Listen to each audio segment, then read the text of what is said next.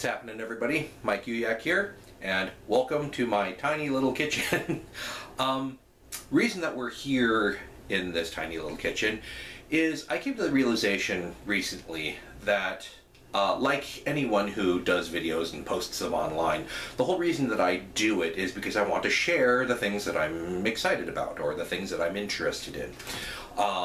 And up until now that has been travel and photography, and I'm still going to continue doing those because I want you to see the places that I've been in case you never get there.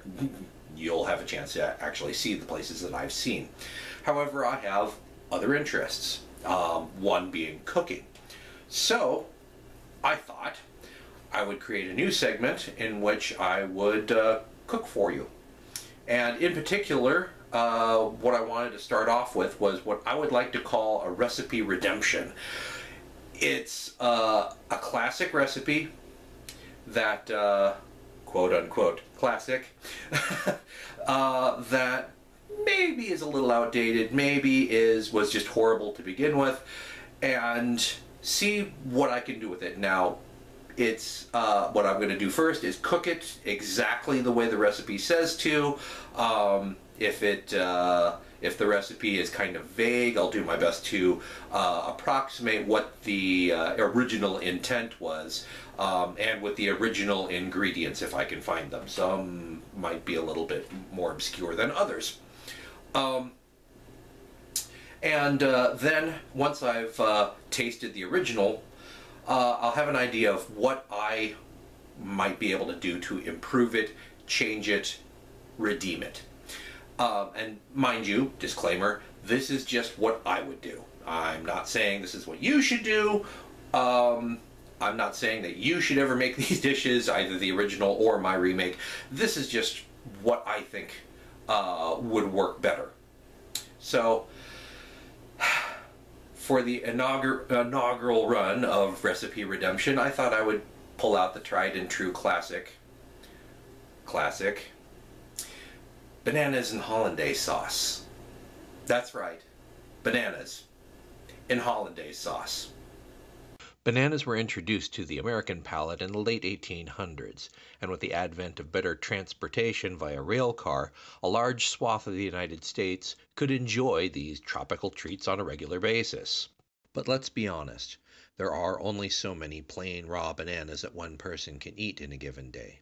So Madison Avenue went to work, coming up with new ways that you can use bananas morning, noon, and night. They were advertised as a health food. They were said to be good for babies. And they came up with a progressively weirder and weirder set of recipes, utilizing them in both sweet and savory applications. Thus was born an entire generation of banana-based side dishes like roasted bananas with mint jelly, or the aforementioned bananas and Hollandaise sauce. This is just one example of, many, where an ingredient becomes popular, becomes a fad, and then everybody tries to put it into everything. Just like 10, 12 years ago, somebody decided that chipotle peppers should go into everything. And, maybe about 8 years ago, bacon. We got onto a big bacon kick. I was okay with that at the time because bacon. And most recently, people have decided that sriracha hot sauce should go into everything.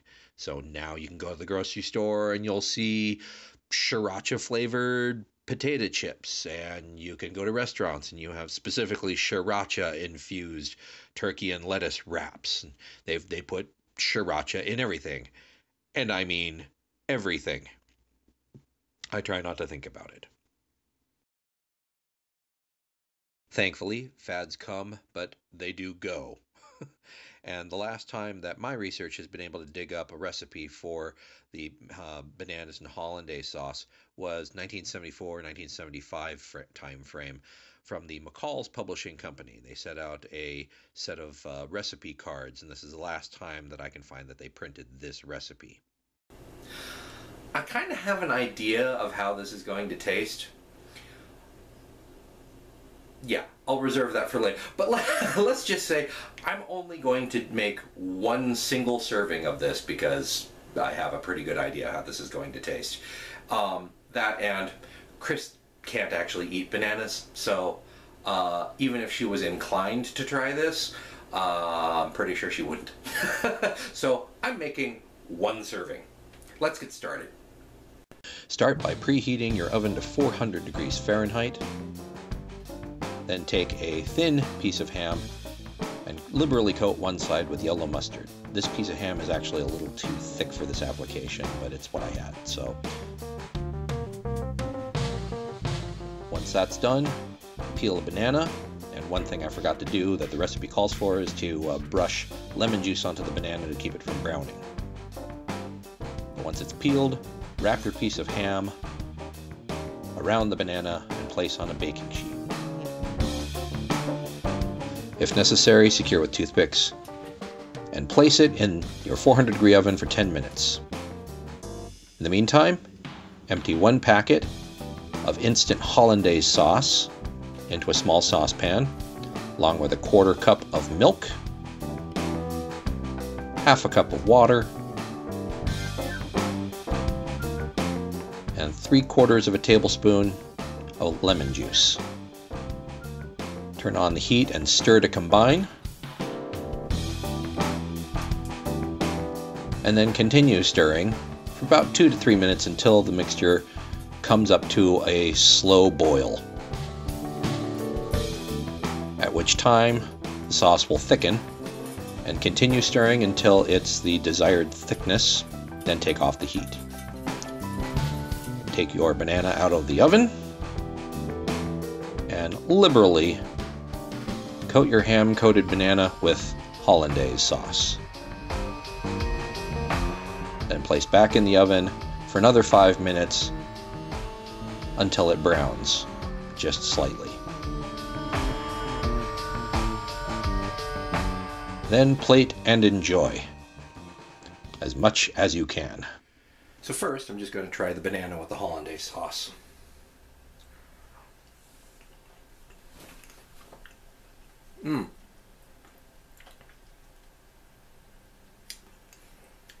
Not good. So there's just enough lemon juice in that Hollandaise sauce to give it that sourness that you expect from lemon juice. But when you combine it with the fruitiness of the banana, it reminds you of produce that's gone bad. It gives you that sort of a rotten taste to it, which is really quite unpleasant. Now to try it with the mustard-coated ham.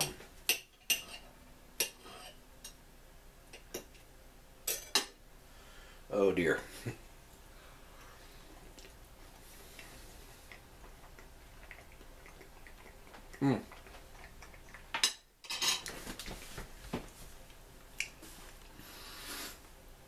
I recommend that you make this for every family get-together, and I can almost guarantee you will be out of the will by Christmas. The mustard really ruins it. It just augments the sourness of that lemon juice in the Hollandaise sauce. The banana has cooked just enough that it's become mushy, and so it doesn't have any sort of really pleasant mouthfeel to it. The Hollandaise sauce, since this recipe actually calls for packaged Hollandaise sauce, it has egg in it, but you can tell that the egg isn't really there for its thickening power, or at least not primarily. The sauce is actually primarily thickened with cornstarch. It's the first ingredient on the list of ingredients. And so it has the Hollandaise sauce has a very different texture from how Hollandaise sauce should have. It should be smooth and velvety and rich, and this is sort of, you know what it reminds me of? It reminds me of the cheese sauce that you get in those boxes of mac and cheese. Only not good. You know, it would benefit from having the addition of that radioactive orange cheese powder that they add to those. Without it, it's just a sour lemony sauce, just this glop. It's really, really unpleasant. I can't imagine that anyone. I don't understand. I don't understand how this recipe survived for 40 years. They kept on republishing it, and people apparently kept on making this damn thing for like 40 years. I don't know why. It's horrible. So I think I know we can do better. So the problem with this is that they're trying to combine sweet and savory flavors. Bananas, you usually think of desserts, banana splits, that sort of thing. With the addition of the hollandaise sauce and the mustard and the ham, they're trying to combine sweet and savory, and that can be really good if it's done right, if the flavors are in balance. And this obviously is not. So I think if we take it a little bit away from the sweet, I think this is one of those cases where if you're going to combine egg-based sauce like hollandaise is, and something kind of eggy, a pork product, and a banana, I think because those flavors kind of war with each other, you need to go one way or the other, sweet or savory, not both at the same time. So I think we're going to go in the savory direction. I need something to kill the flavor of that. So what we're going to do is, instead of bananas, we're going to use plantains. I'm going to make tostones, which is sort of a Hispanic side dish. You take plantains, which are starchier and less sweet than your typical yellow banana, and you cut them into rounds, you fry them, and then you kind of squash them down into these little patties and continue frying them until they're nice, golden brown, delicious, crunchy on the outside.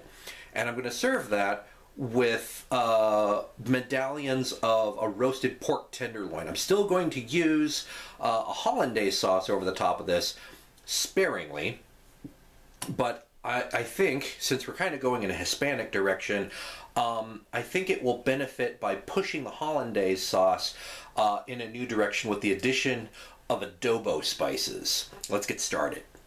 The adobo spice mix that I came up with consists of 1 tablespoon of onion powder, 1 tablespoon of garlic powder, 1 teaspoon of ground dry oregano, a half teaspoon of cumin, a 1/4 teaspoon of pepper, and a 1/4 teaspoon of kosher salt.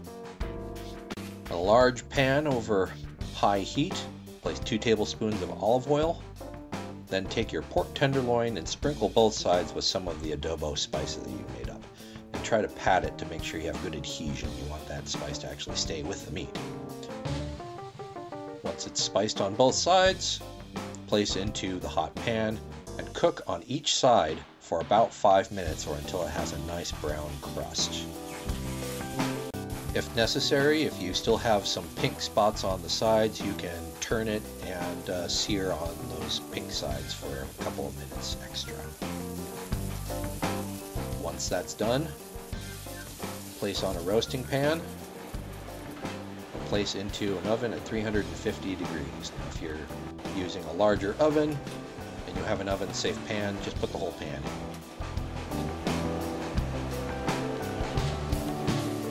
Slice the plantains, take those ends off, and then slice them into about inch and a half rounds, and set those off to the side. Next, add enough oil to cover the bottom of a large frying pan, and make sure you have a plate set off to the side with some paper towels for draining. Once your oil is up to heat, put each of the plantain rounds in and fry.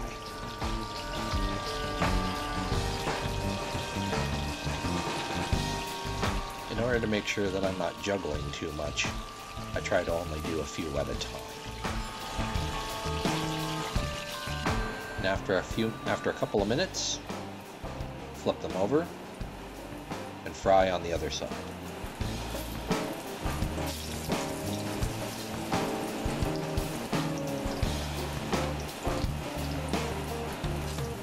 Once it's brown on both sides, remove to the draining rig, and I like to do this on a plate. Take each one and use a spatula to smash it flat. Now some people like to do this in the pan. I don't like to do that because it gets my hand really close to the boiling oil, and I'd rather not burn myself. Repeat for all of the rounds that you have fried up, and fry on both sides until they're brown. For the hollandaise sauce, we're going to cheat a little. We're not going to use the double boiler like you classically do. So in a mixing bowl, add 2 egg yolks, approximately a tablespoon of freshly squeezed lemon juice, a pinch of salt, and combine with a whisk. Meanwhile, you're going to melt 1 stick of butter in a microwave-safe container. And once it's all melted, whisk into the egg mixture slowly. You only want to add a little at a time in order to create a stable emulsion and not cook the egg yolks too much. You don't want scrambled eggs, but you do want to temper the eggs and bring them up to temperature without cooking them.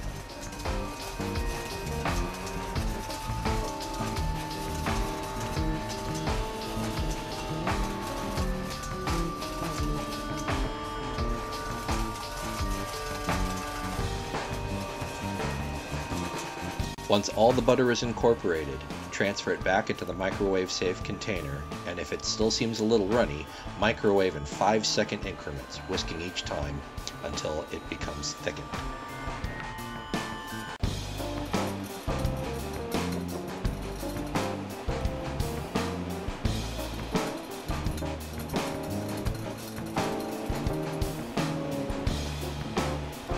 And look at that! 35 minutes of TV time have elapsed.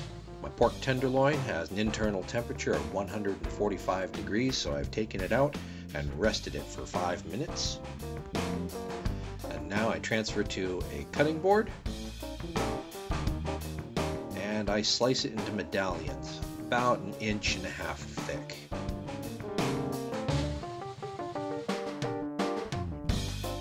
I place 2 or 3 of the pork tenderloin medallions on a plate and alternate them with a couple of the tostones. Then I take my adobo spiced hollandaise sauce and I drizzle a little bit onto the whole thing, and just to be decorative, a couple dots here and there, just for the heck of it. Finish it off by sprinkling a little bit of smoked paprika on the top. Adds just a little bit of color. So, how was it? Well, 200% better without the yellow mustard in it.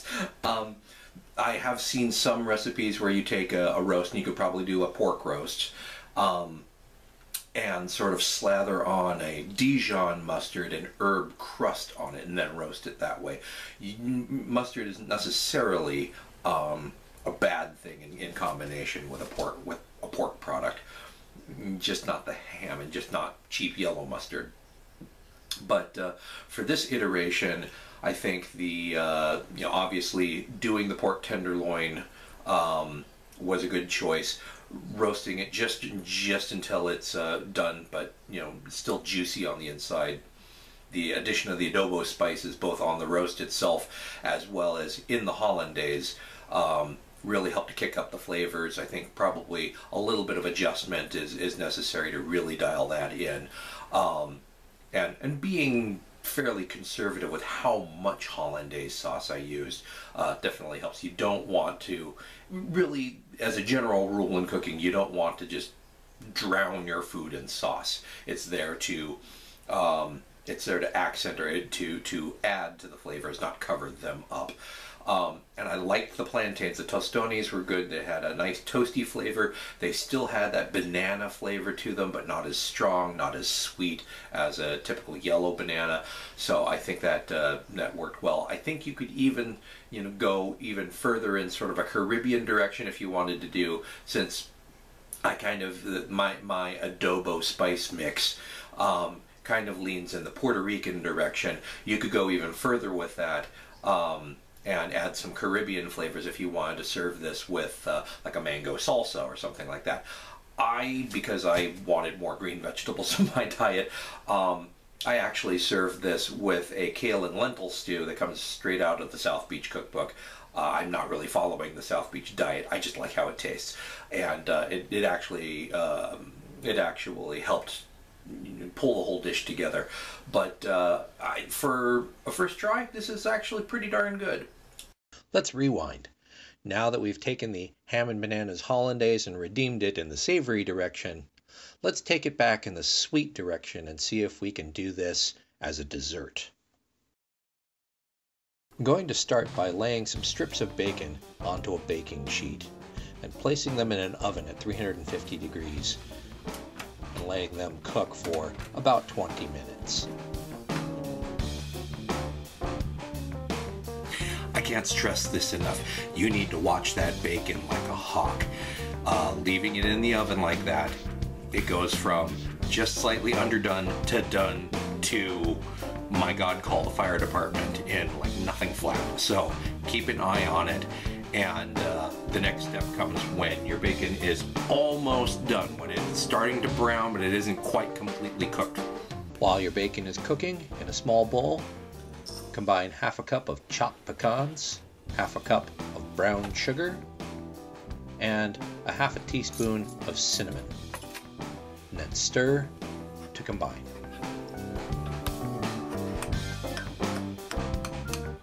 Once your bacon is almost done, pull it out of the oven and then sprinkle on the brown sugar and pecan mixture that you prepared earlier.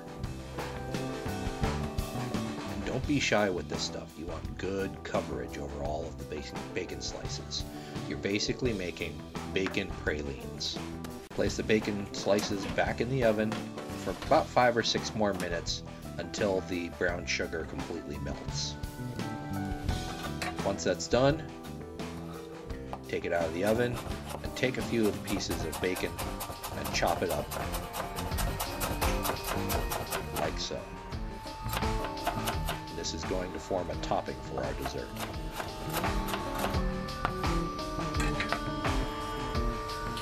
Now that your pecan praline bacon is cooling and off to the side, we're going to turn our attention to the other components of this recipe. Now obviously, we have to take some liberties with the original bananas and hollandaise, because if we're going to make a dessert out of this, hollandaise sauce would be weird. It would be even worse than the original. However, there is a thick, luxurious, custardy sauce that would work great and would be a great substitution for hollandaise, and that's creme anglaise. So let's make some. In a microwave safe container, combine a half a cup of milk, a half a cup of cream, and about a half a cup of sugar. Stir to combine. You want to make sure all the sugar is dissolved. And then place in the microwave for about a minute to a minute and a half. You want the milk to be hot but not boiling. Meanwhile, in a small saucepan, combine 1 egg yolk. This one broke on me, so it's a little messier. With a half a teaspoon of vanilla extract. Then whisk to combine. Once combined, slowly add the hot milk mixture. Again, we're tempering the egg yolk, bringing it up to temperature without cooking it, so it needs to be slow. Once the milk mixture is completely incorporated, turn on the heat, about medium-high, and continue heating and whisking until the mixture starts to thicken, coats the back of a spoon, and has a good nappe, as they call it in the cooking industry. Set your creme anglaise aside and prepare the banana. Slice it into rounds about 3/4 inch to 1 inch thick. Place it on a plate and sprinkle with a little bit of kosher salt. and then sprinkle on regular old white sugar. You could do this with brown sugar too, but I just did this with white sugar. Again, you don't have to be stingy with this. What are we going to do with the sugar? That's right, we get to play with fire. Use a kitchen torch to brulee your bananas. Run it over the sugar until the sugar melts and caramelizes on top of the bananas. This will take some time, but it is worth it. Careful not to actually light this on fire.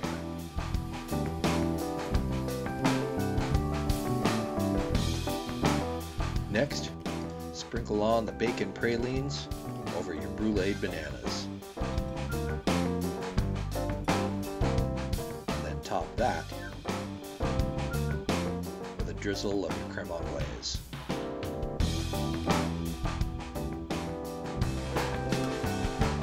You can be artsy with it if you feel like it. Then, if you feel like it, garnish with another whole slice of the bacon praline, because bacon. How does it taste?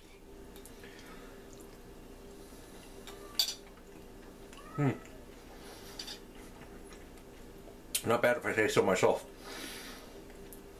The banana is mostly uncooked, so it still has a firmness, it still has a fruitiness, like you expect out of a raw banana. It's not mushy like with the bananas and hollandaise recipe. The bacon gives it that little bit of savoriness, adds a little bit of salt, a little bit of smokiness. The brulee over the top tends to cut the sweetness. The caramel has just that slight bitter flavor to it. And then the creme anglaise just adds a rich sort of extra note on top of that. I'll have 3 of these, please. So, 2 ways to redeem bananas and hollandaise. That turned out pretty well. Thanks for watching. If you enjoyed this video, please subscribe to the channel, like the video, share it with your friends and family. And if you want to see more like this, please do share your recipes that you'd like me to prepare.